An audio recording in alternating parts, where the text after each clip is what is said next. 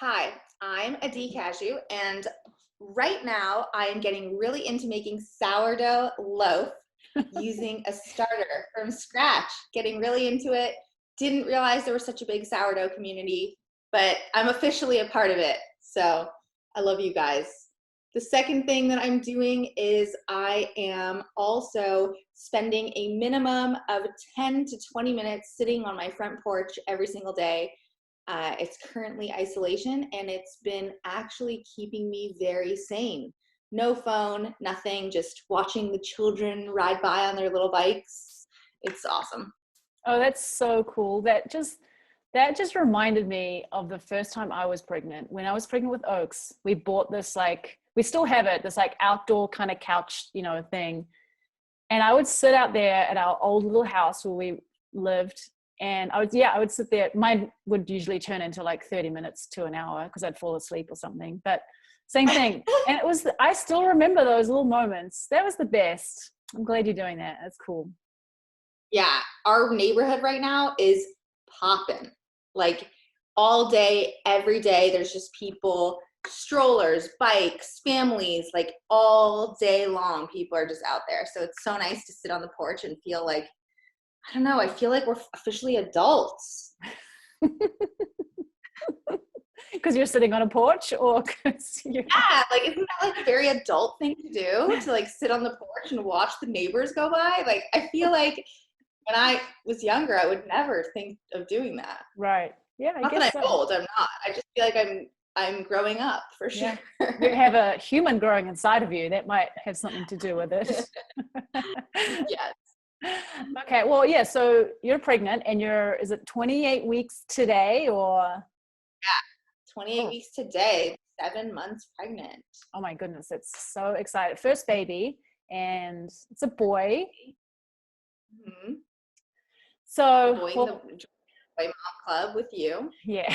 Oh my goodness, yes, it's outrageous. Hence all the gray hair and wrinkles, but it's fun. So I thought we'd kick off all the questions with around pregnancy, if you don't mind. Yeah, let's do it. Cool. And I think a lot of these will probably end up revolving around fitness anyway, because, being a fit pregnant mom and all. So my first question for you was, so what has been the biggest challenge for you during this pregnancy? More so in this last trimester. And then I have a follow-up question that is, and how have you adjusted to staying at home during these last 2 months? So when we first do the first one, what's been the biggest challenge? I mean, maybe they coincide. I feel like, especially since I have a number of friends that are also pregnant, I feel like I've been very lucky. I've had very minimal nausea. I haven't been super tired. It hasn't really impeded my life that much. So I don't have some things that people would find being the most difficult. I'm not throwing up all the time. I'm not feeling ill. So my belly isn't even that big. So it's not like it's really impeding my life so much. But the hardest thing so far has been adjusting to everything I do with my body. I have a little more hesitation, and sometimes a lot more hesitation than I had before. And I didn't realize how, I use the word reckless, but I would just do whatever I wanted with my body without even thinking about it. Go into the gym, work out as hard as I wanted, try and do whatever I could do. And I wasn't worried about injuring myself, or I was just very confident in anything that I could do. And eating things, I didn't think twice. I just did things. And now I think 10 times before I do anything in the gym, before I'm eating, before how much I'm drinking. I'm just thinking about my body and what I'm doing a lot more. And I'm so much more hesitant, which has been challenging for sure. Sometimes I want to go in the gym and just kill myself. Right. When you say challenging, do you mean is that exhausting, or in a mental way, or exhausting physically? What's the challenge around that? More, the challenge is a little bit of I miss the old way. Mm-hmm. It's a little annoying. It's a little bit frustrating. Some days I go to the gym and I'm like, yeah, I'm going to do this exercise. And then I do it and I realize I probably shouldn't do it. Like either my belly's coning or it just feels weird. And I'm like, damn, another exercise I have to take off the list of things that I can't do. Totally. It's a little bit frustrating when my options become so much more limited of what I can do in the gym. Yeah, that's the main thing. And that's like been the biggest challenge. Because, but I feel like because of that challenge, have you, like, I know that, you know, we've discussed this offline, but you've had to change like the way that you do stuff or the way that you see exercise? Are you doing any other sorts of exercise, like rather than like focusing on just being in the gym? Are you being active any other way? Yeah, I'm doing a lot of walking. I'm doing a lot of trying to do some degree of hiking. I mean, I most recently on my birthday did my last probably long challenging hike, but I was doing stuff like that before pregnancy too. I'm doing physical therapy. So I'm doing work for pelvic floor strengthening and just like strengthening the transverse abdominis muscles, like the ones that go around your belly. So I'm doing that, and that is actually exhausting. It's so the first things I do in the gym are 20 to 30 minutes of PT, and I'm like tired by the end of that. Those are really exhausting, aren't they? Okay, cool. So what do you think, like if someone, I think especially with first time mothers, it can be, all those things are so new, all these changes, they're all so new and can be kind of frustrating. And, you know, what would be your advice for anyone else kind of going through that, like that frustration of having to kind of stop in their tracks and change course? And that can be hard for people, especially if they've been competitors in CrossFit or in fitness. And, you know, like it's the only way to get fit. Like, what would your advice be? I think that it's okay to be bummed about it. And I often, if you're like me, my advice would be, I like to have information. So I just got as much support as I possibly could. It calms me down to have more information. It doesn't stress me out. So I wanted to call you and ask you what you were doing, what you experienced through your 3 pregnancies, or talk to my other pregnant or previously pregnant mothers that have similar lifestyles to me, and ask them if this is what they've experienced and what they've gone through. And collecting the information calmed me down for sure. And I'm often the kind of person too that tries to fix things or take action when anything's going wrong in my life or is just not optimal. And I think, especially as I consider being a mom, I usher myself through like negative feelings. Like I don't let myself actually just, be bummed that I can't do what I want to do in the gym. And that's like, it's okay to be bummed about it for a second. I don't have to just immediately switch to, it's okay. I'm growing a human and it's the most amazing thing. Like it is the most amazing thing, but it's also impeding the way that I work out. And it's like, I can mourn that ability to do that because it's probably going to be a while till I can again. It's going to be at least 4 or 5 months, 5 months probably, until I can really start playing around with different, like the things I used to in the gym. And it's okay to be bummed about it. And it's been helpful for Michael and I of how to communicate with each other, because sometimes I just want someone to validate that it's just annoying and it's a bummer and you don't have to fix it. Right. Just tell me that you would feel that way too if you were pregnant. And it helps me too, because I'm imagining if we have a son and he is super bummed about something, would I just want to usher him right into, okay, well, we can fix it and we can make it better this way? Or just say to him, that sucks, and sit with him and be bummed about it with him for a minute and validate the fact that he feels that way. And if he's watching me just usher myself through negative things, I don't want to set that impression for him. So I'm trying to just let myself feel the things I'm feeling and then not wallow in them either. Yeah, I think that's really good advice. I think I think the biggest thing with pregnancy, people can start to feel alone, and that they're the only ones going through that, or especially if people aren't talking like you are, saying it's okay to feel bummed out. I think people, especially women who are pregnant, they understand how hard it is for a lot of women to get pregnant. So they feel this sort of guilt associated with it if they start feeling kind of annoyed at their pregnancy or feeling bummed out, and they're like, no, but I've got to be grateful. I'm growing this human and it's so magical. And I think exactly what you just said, it's like not discrediting that, because yes, all those things are amazing, but we're human after all. So yeah, I think it's okay to feel some bummed outness. Yeah. And when I let myself feel it, it just makes it easier for me to move on and be like, okay, well, felt it, I'm over it. Now we're going to make the best of what we've got.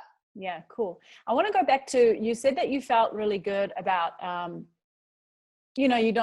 think, like, nausea aside, because that's kind of a hard thing to, you either get it or you don't, right? But you said you were feeling good, and all the normal aches and pains that you hear of pregnant women having, like, you haven't really felt them. And do you think that it's because of how healthy you are and how in tune with your body you are? And, do you think that there's any validity in that, or do you think you've just kind of gotten lucky? I definitely think there's a mix. I think that I know really healthy and very fit people who just got sick. Like, they were just sick and throwing up the whole time. And I have no idea why they got dealt that particular hand, but I do think that there is some degree of the hormones in my body, or how my body reacted to the changes that were going on and how that happened. And there can't be no degree that you can push towards taking care of your body, exercising, eating well, getting enough sleep, drinking enough water, and on top of that, having a good attitude. So I didn't go into pregnancy with this. I personally don't buy into the story of pregnancy being really hard and pregnancy being this like really difficult and uncomfortable and experience. Like, I just don't buy into that. So I don't allow myself to think, oh, I'm feeling this pain or discomfort. Oh, it's just totally normal. Like, I'm just, it's all downhill for the third trimester. I'm just going to keep getting worse and worse. I just don't like entertain that line of thinking. I just think, oh, I've had a little bit of pelvic pain, and I'm like, oh, okay, like, let's ask all my friends what's going on. Why could that be? And I've had some resources and gotten some help from physical therapists and other people that have helped improve how I'm feeling. Yeah, I think there's a lot to do with having a good attitude. I know a lot of people that are just like, that's just the way it is, which I'm sure you probably experienced the same thing with, you have 3 boys and you've traveled the world with them, and people probably, how many times people have said to me, oh, you won't be able to do that with kids, you'll see. Mm-hmm. And I'm like, but I know some people that do it. So I just don't know if I'm going to buy into that. And I'm sure it's more challenging, and I'm sure there's like so much that comes with it, but I don't want to mentally just buy into the whole pregnancy's uncomfortable, pregnancy's hard, pregnancy's this. I'm just not letting those stories come into my head very often. Same thing with like labor and delivery. Just everyone's like, oh, this is the most pain you're ever going to feel in your life. I don't really entertain the thoughts about pain. I more so think about it being intense, or it being challenging, or, what am I in control of? What am I not in control of? So I think there is some level of that for sure. But then there has to be also just your body reacted in a way that was more challenging, or you had a hip issue that got exacerbated by having pressure from a baby on your pelvic floor, and it's just really hard to deal with. Yeah, I think it's a mix for sure. Yeah, cool. Yeah, I think it's hard. Yeah, people always have to, want to insert their own personal bias into things, which is natural, right? But yeah, I think my favorite is always when you're in a certain stage with your baby or your kid, and then someone who's like been through that stage and they're in the next stage that, oh, you just wait till they're 1 year old. That's when it gets really bad. And then you get there, and then the next one's like, well, you just wait till they're 5. Or it's like, it's why is there always this like impending doom? I know. Like there's always this, oh, just wait till you get to the 3rd trimester, or just wait till your milk comes in. That's when it's the worst. Totally. And I'm just like, yeah, I've never really understood that, but I think it's just people have, they obviously have their own personal experiences at those stages, and they really want to. And I think it kind of happened to me a little bit. I've tried not to do that because it really bothered me as well. So I try very hard not to be like, well, you just wait. But I had a friend who, it was like my only friend who had a baby at the time, and then I had Oaks, and not one person had said to me the whole like, oh, this was the most pain you'll ever go through, because I'd never really talked to anybody else about child birth before. And then that one friend who had a baby, when she came and saw me, I was like, why didn't you tell me it was going to be this painful? And she was like, well, it wasn't for me. And I was like, what do you mean? And so in my head, I'm like, but it has to be the same for everybody. Like, everybody must have the same experience, and then I thought about it later, and I was like, actually, like, her experience was clearly different to mine. And which was kind of it was a great little turning point for me, because then going into my second labor, I was mentally in a different headspace to the first. I switched how I thought about labor, and it definitely helped me. But yeah, so I'm not going into it thinking this is going to be comfortable. right. And I won't feel any pain at all. Like, I'm definitely not, that's not what I'm thinking. But I also don't want to go in so afraid. Like, if I'm so afraid of what I'm going to experience, I feel like immediately my whole body tenses up. And I just want to, I don't want to, I don't want to have to resist. Like, if it's going to suck, and it's going to be painful in moments. There's going to be moments where I feel like I can't do it, but I definitely can do it. I can do it. Oh yeah, you for sure can do it. And well, I mean, this actually leads me into the next question, and I'm just going to keep it part of the same question. But I think in one of your recent Instagram posts, you said that you've been preparing for labor, and that you and Michael have been doing some work together. And so I guess my first question of that is, like, what is the biggest emotion that comes to you when you think about like labor? When you think, oh, I'm going to go, is it, well, you tell me. Yeah. So before we started doing any preparation at all, so I read a couple books. I read Ina May's Guide to Childbirth. I watched a couple documentaries, like The Business of Being Born, and I've read and I've listened to the Birth Hour, the podcast. So I definitely have no indication of what this is going to be like.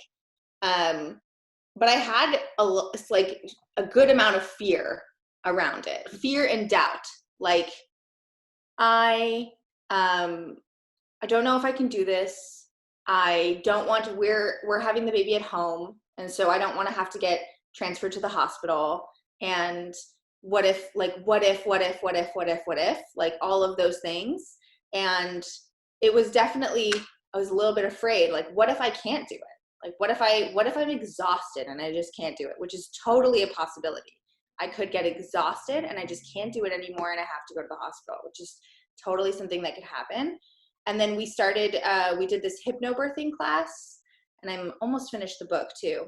And it really just talks about, what I love that it talks about is, it explained to me what's actually physiologically happening in your body when labor is happening. So why is your cervix thinning, and what is causing it to thin, and where are the muscles going, and what is a contraction, and why does it feel the way that it does, and focusing on breathing techniques, and how to, as somebody who's been meditating for every single morning for almost 3.5 years, it gave me a lot of confidence that, one, there's not as much of this unknown of like what is happening, which I think would be fearful for me, somebody who loves to have information. Going in and feeling something and not knowing, why am I feeling that?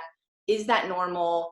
Is this, like, not knowing anything about what was happening would probably make me scared a little. And then also, a lot of the techniques are things that I've been doing for a really long time, like certain types of breathing and being able to be in control of where you focus your attention. And so we've been doing a lot of that. And he's been such an active part of the whole process, because he's probably going to be the only person I'm listening to the whole time. And he is, for me, an incredibly calming force in my life. I am fire, Michael is water. And that's our relationship for sure. And so I'm so confident in his ability to remain calm, even when I'm stressed, or even if we're in a stressful situation. He could be stressed on the inside. On the outside, I know he will be totally calm and totally there for me. And so he's been a part of, we've done some like couples meditations together. He helps me with certain hip squeezing exercises. We do some different, like, we walk through the visual imagery of what that day is going to go like, things that he can say, things that he probably shouldn't say. We just have lots of conversations around it, and having him such an active part of, he's taking full responsibility that I don't know if I could do it by myself. Like, I don't know if I'd be able to do it without him being there with me. And without him, I very much seek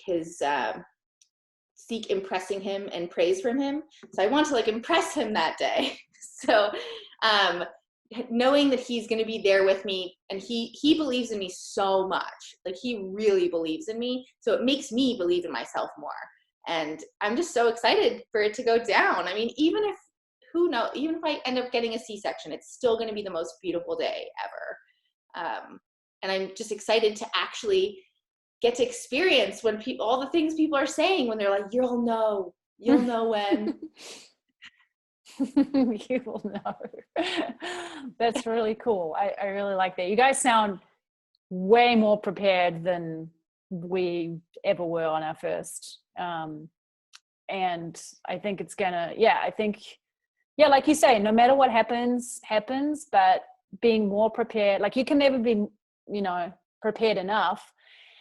And childbirth is like the most out of control thing really that you will have, because you just don't know how it's going to go. And you have all these ideas about essential oils and the music that you're going to play. And I think it sounds like you're able to control what you control, and you understand that things that are out of your control are going to be out of your control, but Michael's going to be there. And it sounds like that's all that really matters. By the way, no matter what happens, you will impress the hell out of him. Like, if he's not impressed with you as like already, which I know he is, childbirth does something to the husband or the partner, to the woman who's giving birth. Like, and I've seen it 3 times in Pat and other husbands and, partners too. Like, when they see their partner going through that, they're just like, holy heck, like, you are incredible. And it's actually one of my favorite things. It's like the moment the men realize how amazing women really are. And there's many other moments, I'm sure, but that is definitely that was definitely a pinnacle for me too. It was like, yeah, I did that. Yeah, you should be impressed. So pumped for that. I'm so pumped for that. He is not easily impressed. So I'm very excited for the opportunity. What about like preparation in terms of like physicalness? Like, do you see that as a big part? Like, I remember when with Oaks, like I saw labor as a marathon, and my first labor was a marathon. So I felt very lucky and grateful to be as fit as I was with Oaks, because I was in labor for over 30 hours and it was, it was long. Is that how you're viewing like health and fitness right now? Or are you just kind of working out because it makes you feel good? And do you see it as training for an event, or do you just see it as training for life right now? I definitely don't see it as training for an event. Like I need to be as fit as I possibly can be for this particular event. Mostly because of people like you, where you're like, I didn't even work out with Arrow, or not Arrow, with Fox. You're just like, I didn't even with Fox. You were like, I barely worked out and it was fine. And I know it was your third, so it's definitely different than having your first. I mean, things have gone where they're supposed to go before. But I also I am so confident that I'm already fit. Totally. Like I've spent over a decade working on my fitness that it can't just go away that quickly. Like there's just no way that it goes away that quickly. And I really just work out because it's a habit and it's just something I've always done and it makes me feel good. And yeah, there's probably a little degree of I'm about to go through like the biggest workout of my life. Like I know labor is going to be the biggest workout of my life. I've heard so many women talk about it's like I talked to Carly Fuhrer recently, and she told me that having her baby she felt more wrecked than competing as an individual at the CrossFit Games afterwards. Oh, She was just without like, a doubt. she's like, I'm so sore. And so knowing that, I'm definitely have a degree of I want to stay fit. But I also don't put pressure on myself to do things I don't want to do, as long as I'm moving my body every day, just like I normally would, keeping the habit there. And I hope that I also think about helping recovery be quicker. So just that it'll be easier for me to recover and hopefully get back into things, not for my body, just for my sanity, really. I'm actually a little worried about the time afterwards of not working out. That is the mental, because I don't have a baby right now that I'm breastfeeding and I can't sleep and all of those things. The imagining going weeks and weeks without working out is not something I can really wrap my head around right now. Right. So I'm just staying open to it. Yeah.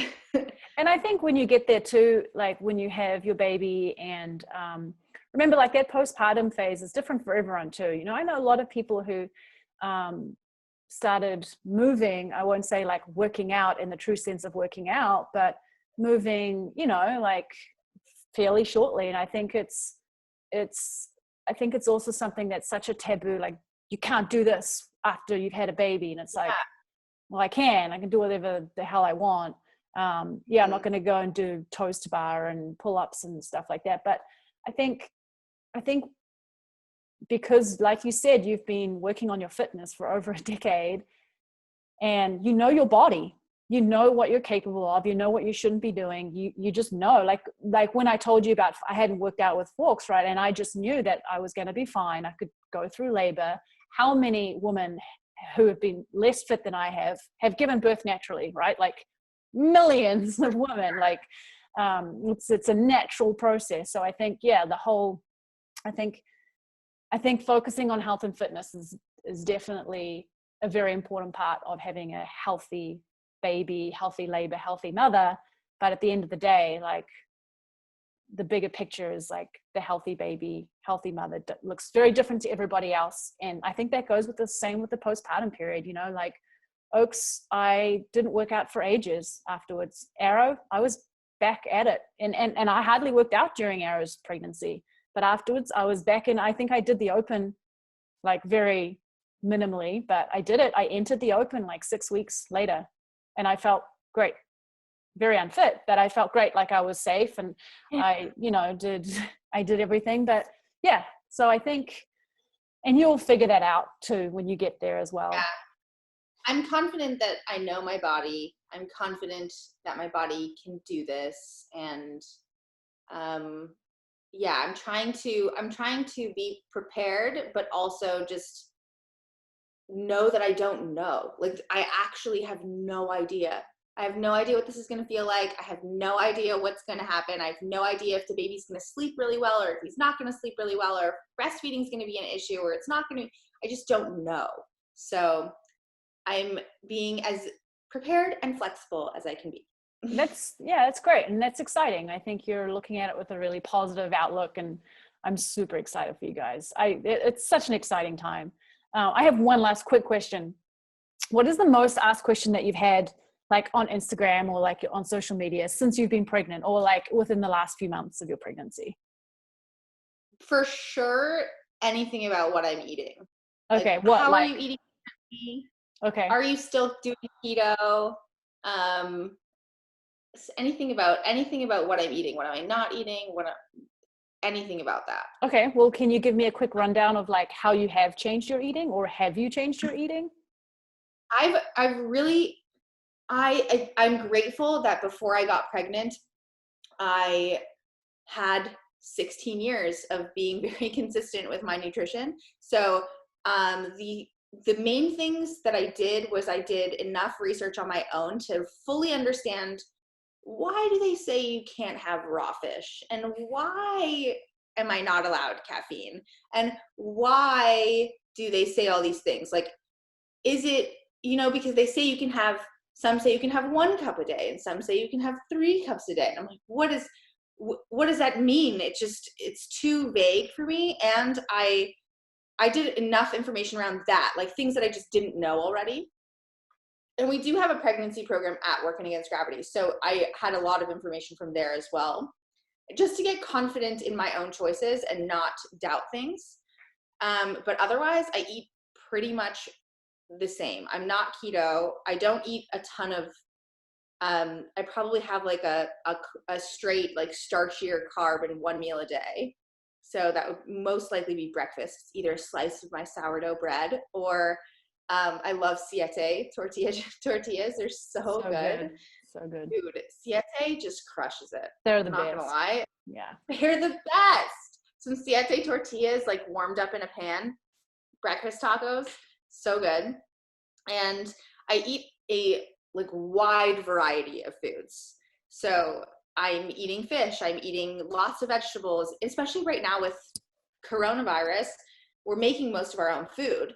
And we get like farm delivery. There's like the local farms here that used to deliver to the restaurants are now delivering to people. So And cool. so they bring you like a box of things that you don't get to choose what you get. It's just a bunch of vegetables. So lots of different vegetables, as micronutrient dense as possible. And the only thing I've changed really is that I'm not eating any sugar at all. And it's not as much because I'm pregnant. It's more so because, I'm having some fruit, but not even every day. But no processed sugar at all. And it's only because when I have it, I've noticed the last time I had sugar was the cupcakes at our gender reveal. Oh no, my birthday. Only having it on special occasions. So my birthday and our gender reveal. Those were the only 2 times in this pregnancy. And the second after I would eat it, I would feel a little bit sick from the sugar, and then 2, I would immediately want to eat like shit afterwards. It just like triggered something in me to be like, oh well, now I should definitely have French fries, and now I should definitely have like I should have more and more and more and more. And I don't like that feeling of really starting to crave unhealthy food, like that I know is not good for me. And so I've just eliminated it for now. Oh, good for you. That's impressive. If Michael's not impressed with that, then my goodness. He's grateful because he's wanted to do that for such a long time. So he's doing it too? Because, yeah, he's doing it too. He would not be able to do it if I wasn't doing it. Right. It would be very, very hard. Is he still drinking Diet Coke? No Diet Coke. Oh. No Diet Coke. We do have Zevia in the house though, so it's a bit of an upgrade for sure. But he isn't even really having caffeine. He's only having 1 cup of coffee a day. And for those who know Michael, dude can drink a lot of coffee. Man, you guys are just crushing it over there. We have nothing else to do. We're just home cooking our own food, making a baby. It is true. Like the second I got pregnant, I've always been consistent with my nutrition, but the way that I think about what I'm eating, and let's say my consistency with my supplements, has been better than ever in my life. I've never been this consistent with my supplements. I've never been so consistent with just like caring so much about everything. That's great. That's super. Yeah, you guys are doing such a great job. I'm so excited for this little guy to come out. She's gonna come out with just like muscles already on him, and you know, Wouldn't that be so crazy? so No, crazy. he's gonna be so. I'm hoping he's gonna be tiny, but I don't think so. Like, I was a big baby. Michael was a regular sized baby, so. Well, Who you know what they knows? say. It's the size of the baby is basically like what you can grow in your belly. It's got nothing to do with Well, genetics. The genetics really? only start coming into play once they come out of your stomach. I mean, Dang. in Wow. in saying that, like, if you were tall and Michael was tall, obviously you have the ability to grow a taller baby in your stomach, right? Because you're Mhm. tall and Michael's tall, so there's still genetics there, but it's just the in utero size. This is what my doctor told me anyway, and it's played out for me. Like, my babies have been 7 to 8 pounds on the higher side of 8, and like I was at capacity for sure. And then Arrow, he grew Forks, when he came out, he grew way more than like Arrow or Oaks did at the start. And I think it's just, he couldn't get any bigger inside me. He had to come out first and then catch up to the growth charts, or, those ridiculous things that they Well, compare them to. I feel like he's got a lot of room in there. I've got a long torso. I'm definitely a bigger framed person. So we'll find out. I'm finding out on Friday how much he weighs right now. And so we'll see like what percentile he's in. Yeah. Cool. Well, thanks for chatting about your pregnancy. And I guess the next time we chat, you'll probably have a little baby. You guys got any names? Yeah, we do. You don't have to tell We're not like everyone. we're not 100% solidified on names quite yet. Mm-hmm. Um, it'll probably wait until he comes out and then we see him. But it's very important to me that the baby and Michael, because I took Michael's last name, that the baby has the first name is something distinctly Hebrew, or like a traditional Israeli name, because that's where my family's from. And Americans can also pronounce it. So that's it's like a hard thing to do because there's not that many of those types of names. But the top runners in like the list right now, number 1 is Shy. Like that. And we love the name Shy. And Levi. Oh, both Those great. are the top. Both great. Mm-hmm. Okay, well, love you lots and good luck. Yeah, thank you.